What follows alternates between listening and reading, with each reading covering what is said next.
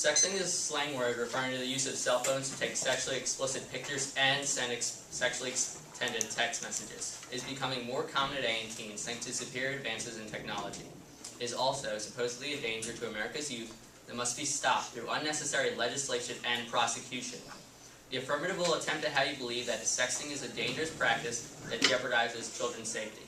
However, these claims will be shown to be unfounded, and you will see that sexting, while not the most productive activity, is a harmless personal choice between couples. The argument that criminalizing sexting will protect teenagers is naive. First of all, laws do not protect kids. They are there for prosecuting offenders. No one has ever been saved from a sexually based crime or being embarrassed because laws made it illegal. Rather, the offender was punished afterwards for violating the law. When a teenager sends a sexually explicit text message or picture and is accidentally published onto Facebook or another site, the humiliation alone should be enough to punish the teenager. Now, the affirmative may argue that publishing such a picture or text is sexual harassment and should be charged as such, but that is not the case. The question must be asked, are the contents of your phone private? According to the affirmative, they're not. Since there is no reasonable way to examine the contents of a cell phone without confiscating it, most examples of teen-found sexting involved a principal or administrator searching through the phone after it was taken. So, if pictures and texts are fair game, that means everything on your phone, no matter how private, becomes open to unwanted scrutiny the minute it is seized. As reported by the Washington Examiner, a new study on texting, which asked 1,300 American teens, said that 1 in 5 teenagers has texted while acknowledging it was illegal. The 2000 census shows about 25 to 28 million teens in America. This number has most likely risen for 11 years since then. That means, using some simple math, at least 5 million teens have participated in sexting. This is an enormous amount of children and phones involved. I wonder how long it would take to confiscate and examine all those phones to locate evidence that sexting has taken place. It would be probably very hard once the students were made aware that the pictures were open to public scrutiny. Additionally, all those students admitted that they knew they could be punished for sexting, and this did not deter a single one of them. Additional laws that will be impossible to enforce are no more than a waste of paper they're printed on. The final, as well as key point to the affirmative's argument is that sexting endangers teens by putting them at risk of sexual predators. This notion is not supported by fact. Indeed, according to a Harvard study called Enhancing Child Safety on Online Technologies, the result of a year-long investigation by a wide range of experts concludes that the risk minors face online are in most cases not significantly different than the ones they face offline, and as they get older, minors themselves contribute to some of the problems.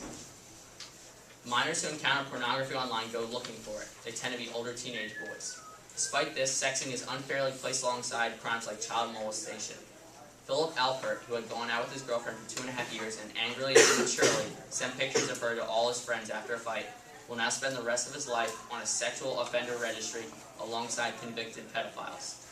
Now, the negative is not condoning Mr. Alpert's stupid decision, but isn't it overboard that every time he applies for a job, Mr. Alpert's employer will see his name on a list of sex offenders and factor that into his decision? It should be noted that in scenarios like this, the real problem was not that pornographic pictures harmed a young girl's life themselves. It was the fact that these pictures were distributed without her consent. Had they shown his girlfriend drinking or using drugs, the results would have been the same. The actual nature of the photos is irrelevant, and was far less harmful to the couple than the fact that less reputable friends took possession of the material. The main issue that had to be proven by the affirmative was that sexting is harmful to teenagers. Without this, there is no legitimate reason to criminalize sexting. The negative has shown that sexting is a harmless part of a relationship. Make the choice protecting individual freedom. Vote negative.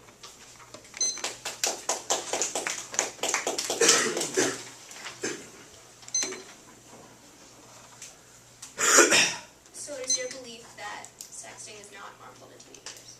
No. And it is not supported by fact that it is. But can cyberbullying in fact lead to damaging emotional consequences, including suicide? Well, I think the problem you're making is that you're confusing cyberbullying with sexting. I mean, cyberbullying is any time you use the internet or technology to bully someone. Sexting is sending sexually explicit messages. But And not every sex is for cyberbullying. But you're aware that sexually explicit images can be put online and are therefore sent online and are therefore part of sexting? They can be part of that, but they're not exclusively that. They're not exclusively. So would you consider the malicious release of a nude photo of a minor to be cyberbullying and deserving of prosecution? Yes, as part of cyberbullying. Well, you already established that cyberbullying is part of sexting. No, I've established that sexting can be a part of cyberbullying in certain cases. So you claim that it is a violation of privacy to prosecute sexting, but do you agree that it is a greater violation to post a nude photo of someone online without their permission? Without their permission, yes. You're aware that that is what the affirmative is trying to prosecute? Well, you said you were trying to prosecute all 5 million cases of sexting.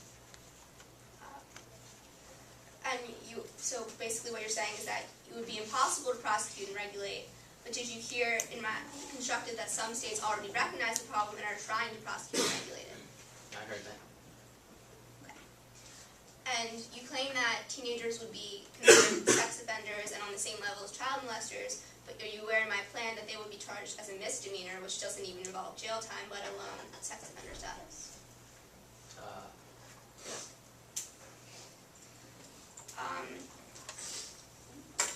Is it true that child pornography is and should be more strictly regulated than other forms of pornography?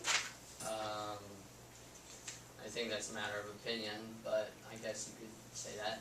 Not a fact. Would you consider nude photos of minors to qualify as child pornography? By the definition of child pornography, I guess so. Would you say that a majority of teenagers have access to texting and social networking? Yes. Is it likely that this technology will expand and not decline? Yes.